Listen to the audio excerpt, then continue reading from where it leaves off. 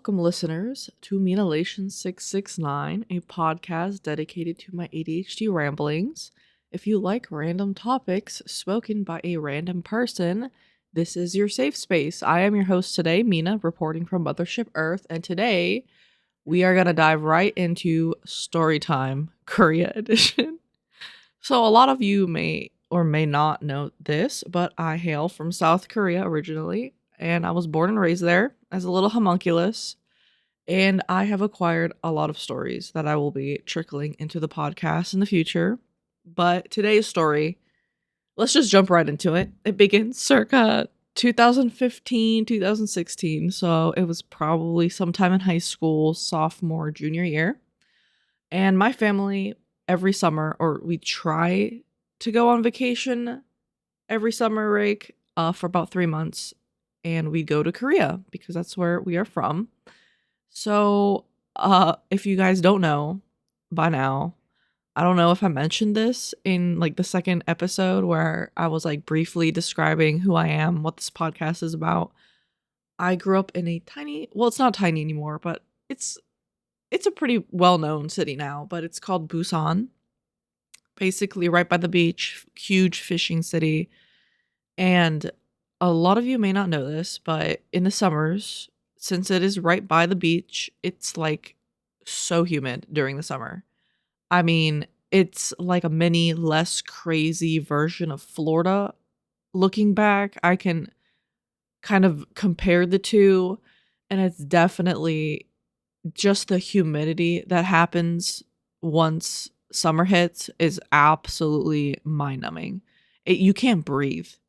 So if you've ever been to Florida during the summertime, you will know what that feels like. So unfortunately, or I should say fortunately, the times that we were going to Korea were during those 3-month vacation time during summer break. So I don't know if I know I'm not the only one who's experienced this, but high school was a rough time, honestly. I mean, we're all very insecure. We're just nitpicking at everything. It could be acne, hair, appearance, weight. We're going through puberty, right? It's not a happy-go-lucky time. I mean, if you were a flawless skinned, perfect grades, got along with everyone, fuck you. I'm just kidding. No, I'm jealous. Younger Mina would have been so jealous because younger Mina was going through it. All right. Acne, boom, out of nowhere.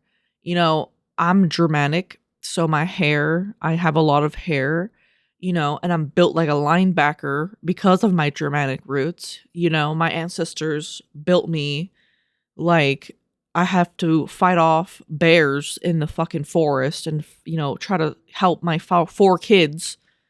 That's where my genes come, right? You thought you were insecure in America, right? You thought, oh, this and that, whatnot. Everything that's normal, honestly, we were insecure about in America. Well, welcome to Korea. Because if you aren't a white, skinny, pale skinwalker with big eyeballs, you aren't fitting their standard of beauty. So this is where I come in, right?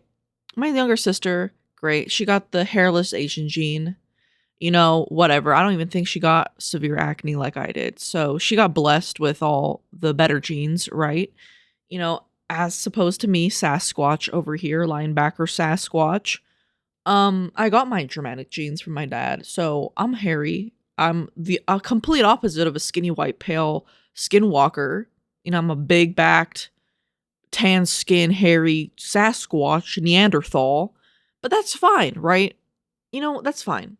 Anyways, as per puberty, as per going into high school, this era, I mean, if you don't choose to shave your legs, your armpit hair, your whatever, honestly, more power to you. That is just simply not the case for me. It's like a cactus, really. Shit just grows back the next day. It was rough because during high school you had like gym class. That was like like you had to take that. Everybody's playing volleyball, whatever, and you got your shorts on and boom, black cactus hair is growing out of your freaking leg. And I was pale back then. So it just made it worse. So, and I kind of wasn't really great at shaving my legs. Armpits are like whatever. Like you're not really looking at my armpits. I only wore like sweatpants, hoodies, t-shirts as much as I can. So arm hair wasn't big of an issue. My legs though, that I was kind of raw dogging it with razors. I really didn't know what the hell I was doing. I just knew it had to be eradicated. So I did my best to eradicate the issue. Um, so at the time I was kind of fed up. My mom saw all the razor burns and she was like, "Holy shit, like if I was you, this would be a great dilemma." And I'm like, "Oh my god, it is a dilemma." So she was like, "Do you want to go waxing?" And I'm like, "This is phenomenal." Me and my sister, we were like, "Oh, this is great. We don't have to shave for like weeks, hopefully." At the time, I was like, "Oh my God, this could reset everything. I don't have to shave for months. They're going to take the whole follicle out. Hell yeah." And God bless my mom. Shout out to my mom. She always did her best to make me feel good. I mean, we didn't really have a lot of money growing up in the States, so I really appreciate her doing her best to research remedies for all of my issues at the time, which were acne, razor burns, etc. So, after looking at my legs and my bikini area, and it was just a mess, she was like, "Okay, we're gonna book an appointment, and you and your sister can go and do this." And we're like, "Yes, finally." So, I don't know if you guys are, aware of the process, but you have to sort of let the hair grow out for the wax to latch onto. So, imagine peak summer hours, everybody's going to the beach in Korea, great, and everybody's wearing shorts because you're sweating from, orifices that you didn't know could sweat. So I'm like, "Oh, great." So I have to wear long pants. And, you thought, "Oh, I have to wait for like a week for my hair to grow out." No. It was like 3 days, honestly. It wasn't like the worst thing, and then my hairs are like 2 inches long. So great. So boom, hair's grown out. I'm looking like a little Sasquatch. It's time to get to the appointment. So we get to the appointment, and my mom, is conversing with the woman in Korean. Just the arms, armpit, legs, bikini line area. Simple, nothing crazy like a Brazilian. We're in freaking high school, all right? This is where the tide changes, ladies and gentlemen, and everybody listening. Because in America, I feel like going to a waxing salon is pretty normal, right? I feel like everybody since high school were doing it. I'm just a slow bloomer, I guess. But that's fine. Whatever makes you happy. But this was my first time and my sister's first time getting waxed, and we were like, "You know what? It's easy. Just sit there, have them do it. It might hurt, it might sting, but we're not gonna have hair for a while." That was the greatest payoff. So this is where everything changes. My sister and I get led to the back room, and it's a huge room. There's multiple rooms down the hallway, so we're escorted into one of them. The big room with a big like a divider in the middle, like in hospitals for privacy. So in their best ability in English, they just tell us, "Hey, you got to put these little things on." And I'm like, "Okay, I mean, I get it, right? I can't just be in my regular underwear and sports bra. I have to change into these thin pieces of fabric." And it's like that fabric made from those cheap blue masks that everybody was wearing during COVID. You know what I'm talking about? With the white strings. That literally in like bra and thong form. Just vision that. You know, I always wore things that covered me up because, I'm just, I don't know. I just can't do it. I can't have a piece of string up my butthole. It is so uncomfortable. I don't, more power to the women out there doing that. But I like my granny panties. So putting this shit on, it was hanging on for dear life. It's the most cheapest material. Me and my sister were dying. We're like, "What the fuck?" Like this shit, one slip up and like everything's gonna be out. But we have to persevere. We got to the waxing appointment. This is it. We're so close to being hairless, naked mole rats. Come on. So we're helping each other out, because we're sisters. It's not weird. We just turned around, basically put it on, faced each other. We're like, okay, yeah, this is hanging out. This isn't, it's kind of twisted. Got each other situated, right? Perfect. We're standing there awkwardly, like my belly's out, whatever. They come in, they knock. We're like, yep, come on in. We get placed onto these beds. And it's like those, not like a doctor, like not a dentist. Well, sort of like a dentist bed. But it's like those cheap tattoo beds. I don't know if you know what I'm talking about, but it's not like an actual bed. It's just. So we get on there. It's creaking, whatever. My sister is now on the other side of the divider because of privacy issues, right? But we can still talk to each other. We can hear each other. All fine and dandy. We're talking in English. Me and my sister, we always talk in English in Korea. It's like a secret thing, Because if we talk in Korean, everybody's going to hear that we're talking shit about whatever's going on around us. So we always speak in English. And obviously, this leads to them assuming that we only speak English. We don't understand or speak Korean. And this is another chapter. This is another tide turning, guys. All right. So we're on the bed with these tiny little pieces of mask fabric on, barely covering what needs to be covered. This is so awkward, right? Like, I just feel like I'm being examined like an alien. They all kind of gather around to start petting, like just to examine what they're getting into, right? Like, oh, okay, let's assess how much hair, what blah, blah, blah, what kind of wax would suit their skin.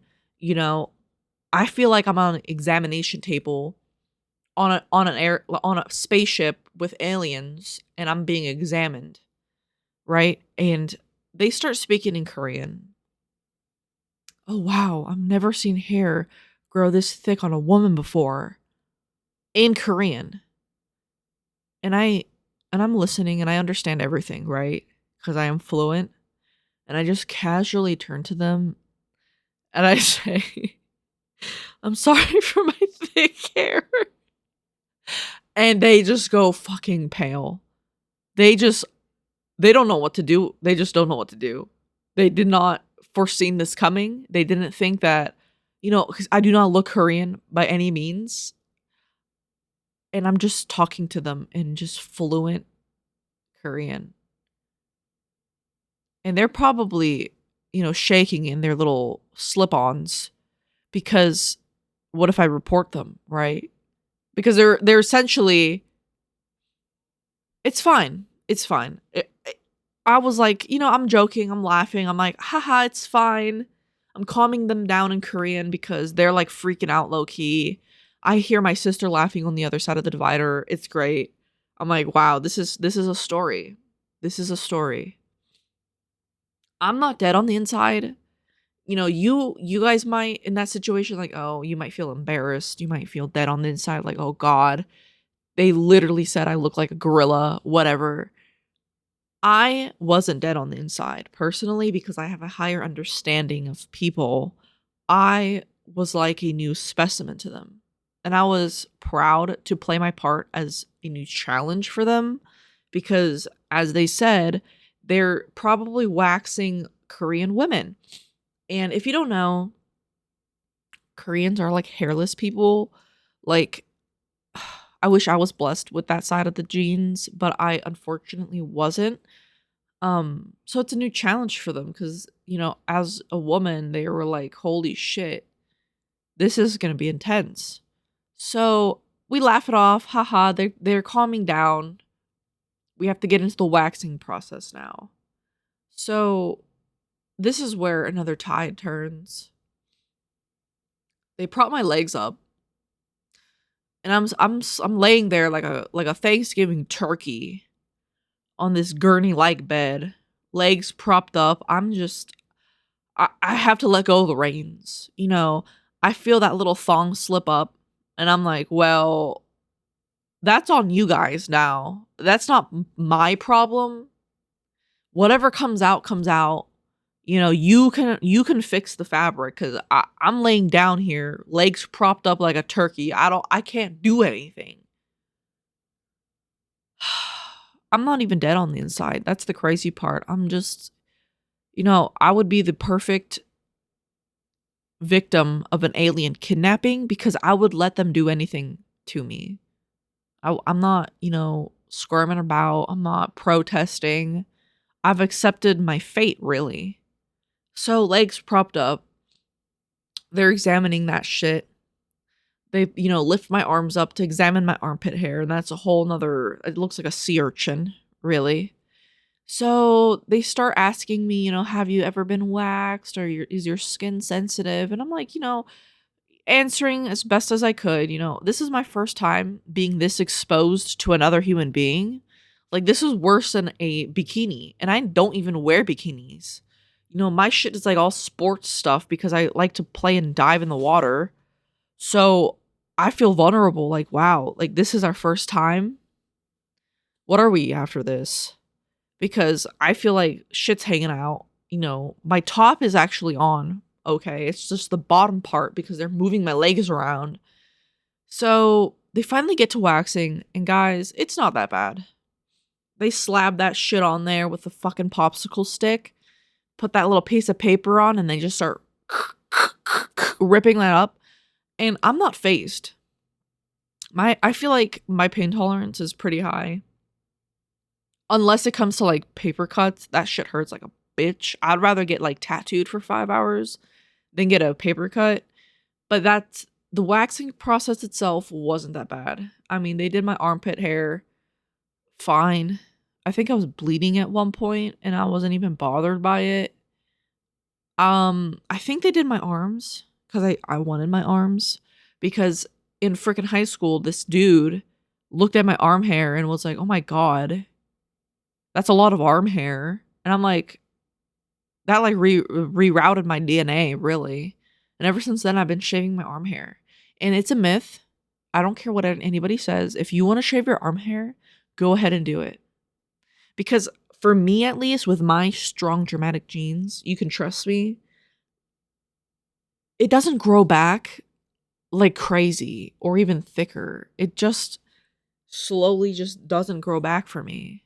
So there's hope. If you have long arm hair, keep it if you want. If that makes you happy and if you don't give a shit, that's more power to you.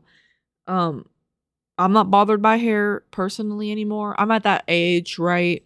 It's like, what, 12 years have passed since. I wax myself now, but yeah, back then, being on the table like that, it was an eye-opening experience, to say the least. If you haven't been waxed, go and try it. It doesn't have to be a full-blown Brazilian where they're ripping your, private area and your butt cheeks.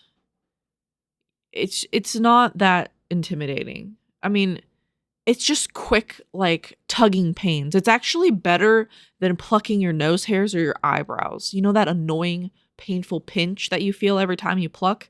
It's nothing like that. It's like an overall burning sensation, but it doesn't feel bad, if that makes sense. Because I got my whole legs, like thigh down, bikini area down, all the way to my ankles waxed.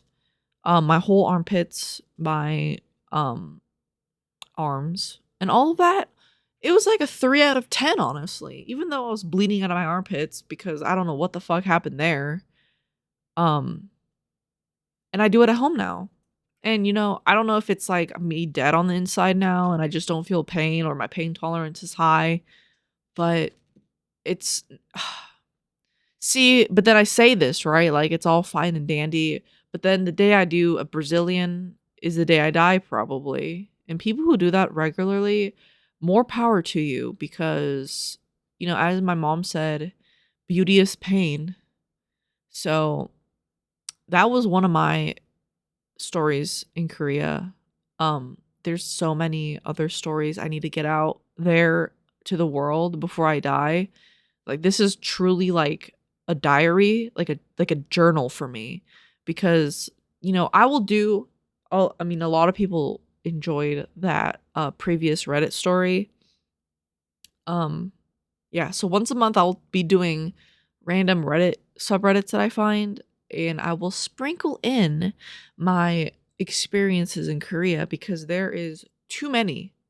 And I'm not saying like, oh, stories from like a couple summers. Like, you need to understand, I was born and raised there, and ever since moving to America in like 2012, we've gone every like summer for 3 months each a piece. So I have a lot of experiences there. Me and my sister, I'm praying that my sister gets on and she can also validate my stories, because I know she wants to get on and fight for her case with the hamsters, because she claims she was the best hamster mother, and I beg to differ. So that was this week's little story time Korea edition part 1. There will be a plethora of more Korea stories sprinkled into the podcast. So if you see Storytime Korea edition in the title, that is strictly just a Korea story that I conjured up in my memory.